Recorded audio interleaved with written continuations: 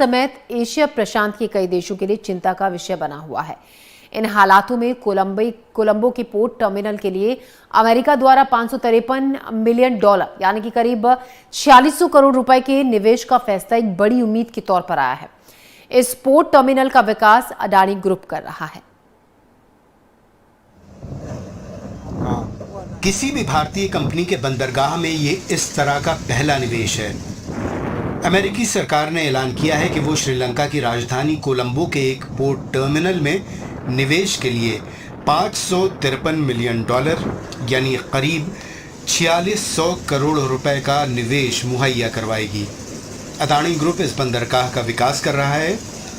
Colombo port पर यह deep water shipping container terminal दक्षिण एशियाई क्षेत्र के लिए एक अहम बुनियादी ढांचा मुहैया करवाएगा। अमेरिका के इंटरनेशनल डेवलपमेंट फाइनेंस कॉरपोरेशन ने एक बयान में कहा है कि श्रीलंका दुनिया के सबसे अहम ट्रांजिट हब्स में से एक है।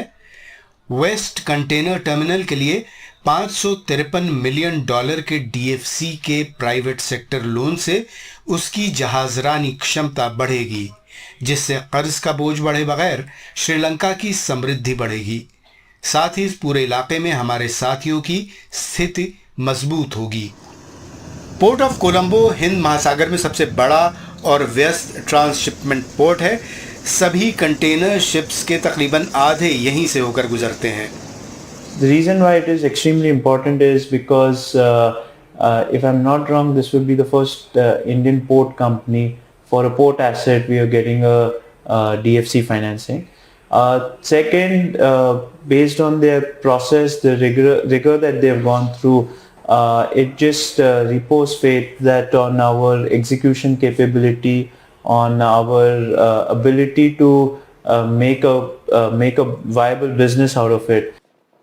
इसे बुनियादी ढांचागत क्षेत्र में अमेरिका के सबसे बड़े निवेश में से एक माना जा रहा है। यही नहीं, इसे हिंद महासागर क्षेत्र में चीन के दबदबे को रोकने के तौर पर भी देखा जा रहा है। चीन का श्रीलंका में $2.2 अरब का निवेश है, जो श्रीलंका में सबसे बड़ा प्रत्यक्ष विदेशी निवेश है।